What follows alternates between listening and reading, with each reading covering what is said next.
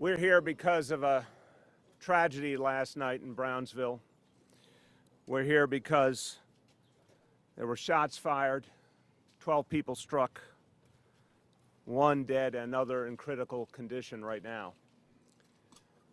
We're here because something happened that should not happen.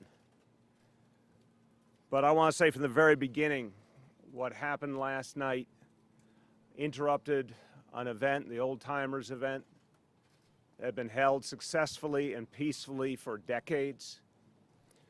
Interrupted a moment that up until that time had been an example of everything good about the Brownsville community. So we take this incident, this tragedy, very, very seriously, and we're going to talk about what we're going to do to address it. You're going to hear from the police commissioner and the police in just a moment, but I want to make really clear, this tragedy does not define Brownsville, does not define the people of Brownsville. It does not define what's happening on the ground in a community that has worked so hard and come so far. We have real work to do. But it's important to understand that this event, it was at its conclusion. In fact, it was being cleaned up. The event was formally over at that time. And there were over 100 police officers present at the event at the moment of the shooting. I want to thank the NYPD for a swift response, which unquestionably helped to make sure that those who were struck were saved.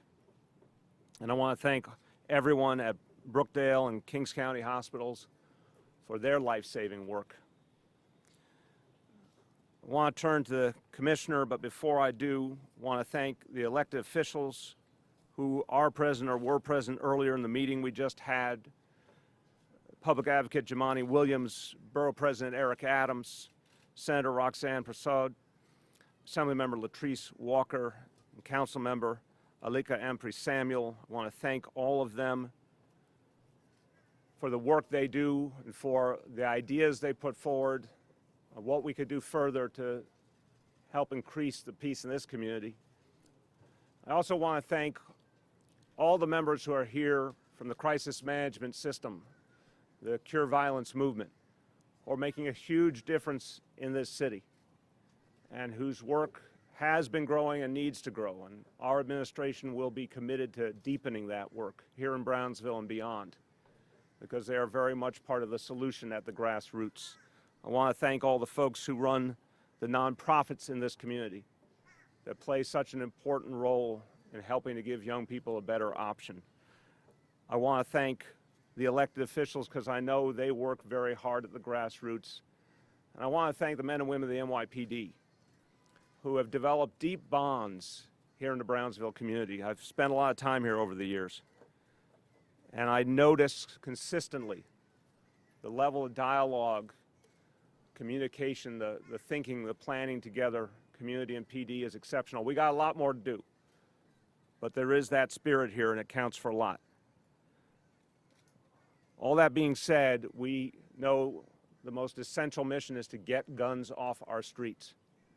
And there's a lot that has to be done on a bigger picture to achieve that, but one of the very best ways we can achieve is continue to deepen that relationship between our police and our community, to continue to empower the Cure Violence movement, to continue to deepen the ties to all the community leaders who can help to stop these tragedies before they happen. We will find the suspects involved.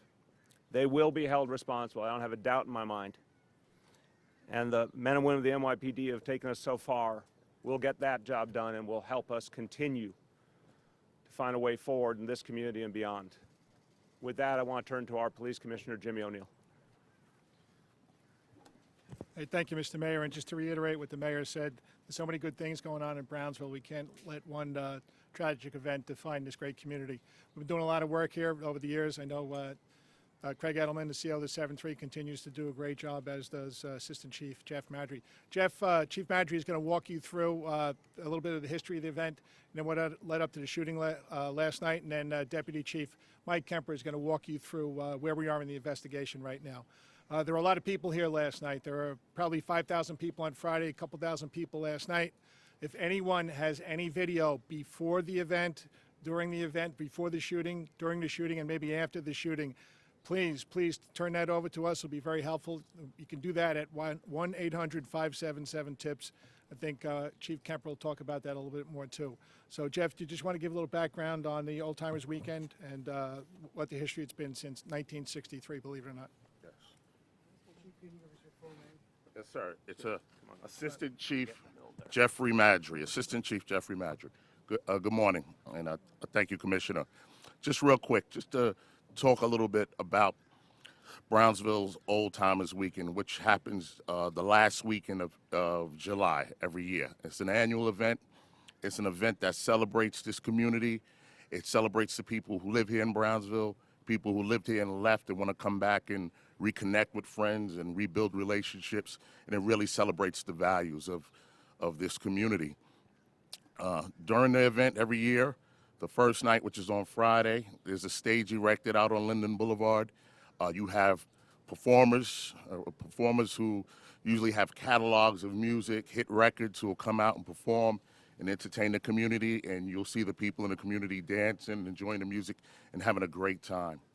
The second day, which is Saturday of the event, it occurs here on the Hegeman side of the Brownsville Recreational Center. Again, a stage is erected.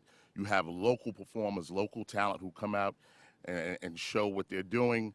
And again, they entertain the community, and the community has the opportunity to dance, enjoy themselves, and rebuild and reconnect with relationships that they've created through the years.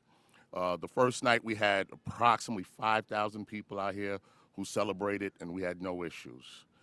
The second night, the event went off. People were partying and having a good time and again, celebrating. And as we got to the close of the event, a few minutes before 11 o'clock, inside the park area, the playground area of the Brownsville Recreational Center, that's where the gunshots began. The shots were fired. We had 12 people struck. Out of the 12 that were struck, 7 were males, 5 were females. Their ages were from 21 to 55 years old. And out of the 12 that were struck, 1 succumbed to his injuries, and 1 was in a very critical condition, but is fighting for his life right now. At this point, I'm going to turn it over to Deputy Chief Mike Kemper, the Commanding Officer of Detective Bureau, Brooklyn North, and he'll update you with the investigation.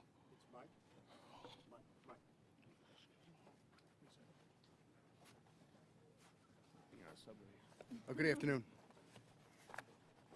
So like the police commissioner and the mayor stated, there were 12 individuals shot last night inside Brownsville Park. Unfortunately, 1 died from his injuries. I'll try and be very brief of where we stand right now. As of right now, there are no arrests made in this case. But as you see, it's a very active crime scene in and around the park. Crime scene unit is processing the scene.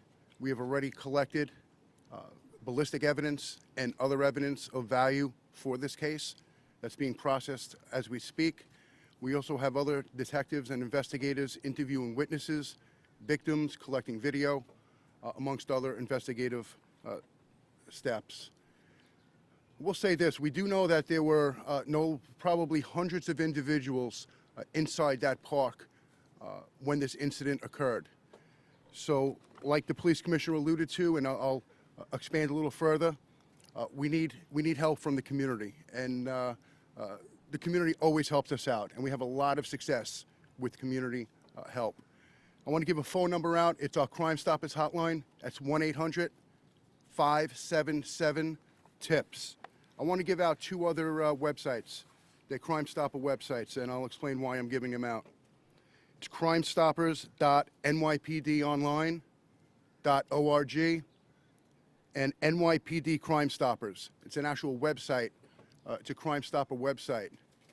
If anyone has any photos or videos that they took maybe perhaps in their cell phone of events pre-incident, during incident, or post-incident, we're urging anyone, if they could reach out to Crime Stoppers either through the phone, or if you have a photo or a video, use those websites. You could upload the video and or photo to it. Everyone could remain anonymous.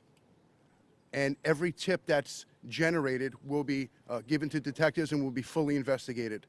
So that's where we stand right now. Thank you.